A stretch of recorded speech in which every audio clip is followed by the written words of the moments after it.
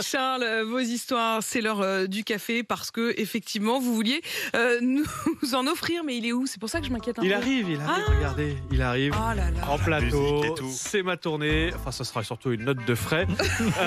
Le café, on en parle ce matin parce que, merci, c'est l'étude du jour. Boire du café est très bon pour la santé. Les personnes qui consomment régulièrement du café vivent 12% plus longtemps que celles qui n'en boivent pas.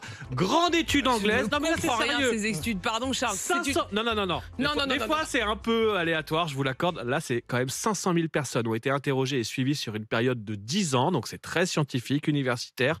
Les résultats montrent par exemple que la consommation de café réduit d'environ 20% le risque d'avoir une maladie cardiovasculaire ou de faire un AVC. Alors, attention, les experts précisent que ces résultats ne sont valables que pour le café moulu et pas pour le café instantané. J'ai pas le détail pour café en dosette, etc. Cette étude vient donc s'ajouter aux dizaines, voire centaines d'autres études sur le café. Les chercheurs ont déjà montré le lien entre le café et notre humeur. Boire du café permet de positiver dans la vie. On nous dit aussi qu'il faut le prendre au bon moment. L'heure idéale, c'est entre 9h30 et 11h30. Ça, c'est mal barré pour nous. Oui, pour nous, c'est compliqué. En fait, c'est 3-4 heures après le réveil. C'est là que c'est le plus efficace de boire du café. Enfin, je vous rappelle mon étude préférée sur le sujet. Elle est suédoise et elle montre que les femmes qui boivent plus de 3 tasses de café par jour ont une poitrine plus petite que celles qui n'en boivent pas. Là aussi, c'est démontré, mais les chercheurs n'ont pas réussi à établir le lien. Voilà. À expliquer la causalité. Voilà. Incroyable. Tu peux C'est pas délire. attendre 3 heures avant de boire ton premier café. C'est ça. impossible. Eh ben, ce serait l'idéal. En tout cas, C'est si le vous, premier geste si du vous n'en matin. buvez qu'un seul dans la journée, il vaut mieux le boire 3 heures après le réveil. Sachez C'est que là moi, qu'il va tenir toute la j'ai journée. un rêve, c'est d'avoir une cafetière réveil. Comme on voit dans les films américains. Ah, oui. Vous savez, Ça dans les existe, films ça américains, s'appelle ils ont une- les cafetières réveil. Non, mais Apolline, Vous la ça, prévoyez.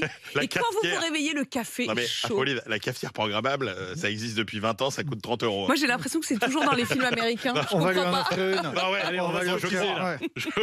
Je crois, non mais un rêve aussi accessible, ça se refuse pas. Ça se refuse. Non, mais c'est vrai, hein, une vraie cafetière filtre comme dans les films américains. Je continue à être Vous préférez quelle couleur? un petit peu fleur bleue. Blanche, Oh, noire? Noir. Allez, Classique, quoi. Vendu. Moi, je suis très classique, vous Manu savez. s'engage. je Bon, m'engage. je crois que Manu s'est Absolument. engagé pour moi, je vais commencer à arriver. Le café, c'est une affaire très sérieuse, Charles, notamment en Italie. L'Italie veut faire entrer l'expresso au patrimoine immatériel de l'UNESCO. Je vote oui. Mais oui, parce qu'on boit 30 millions d'expressos tous les jours en Italie et donc une demande d'inscription au patrimoine immatériel de l'humanité a été très officiellement envoyée. Bon, ce ne serait pas la première tradition italienne reconnue par l'UNESCO. Il y a déjà la cueillette de truffes ou l'art de la pizza napolitaine. Mais attention, l'Italie est très précise. Un expresso digne de ce nom, je vous donne le détail, ça fait 25 millilitres. C'est Pas une un de gorgée. plus, pas un de moins, c'est une gorgée. L'arôme doit être intense, riche de notes fleuries et fruitées. C'est l'Institut de l'expresso italien qui Ah, le il précise. y a un institut de Eh l'expresso oui. italien, c'est beau. Fondé en 1998, très sérieux institut qui nous explique qu'une fois en bouche, l'expresso doit être à la fois corsé et velouté avec juste une dose d'amertume, sans oublier en surface une crème de couleur noisette, tendant sur le noir, caractérisée par Ah des là là. reflets couleur fauve. Et heureusement, vous nous avez apporté un café. Et Quel depuis hier, moment on de peut le boire au bonheur. comptoir en France. C'est ça le vrai Et bonheur. Ouais, mais ça, c'est pas les mêmes. ouais, mais C'est le pas les petit mêmes. café au Attendez, vous n'allez comptoir. pas nous refaire le Bon, coup il- des frites franco Non, le françaises. petit café au bar à Paris, dans un petit Partout. coin de rue, ou partout en France, ça mérite de rentrer au patrimoine mondial de Ah non. l'UNESCO. Mais Moi, non, je. mais non, Le troquet arrêtez. parisien. Mais Le non, troquet c'est pas- parisien, C'est pas aussi bon que le l'expresso troquet italien. français. Arrêtez, Mais arrêtez. si, mais si. Mais non.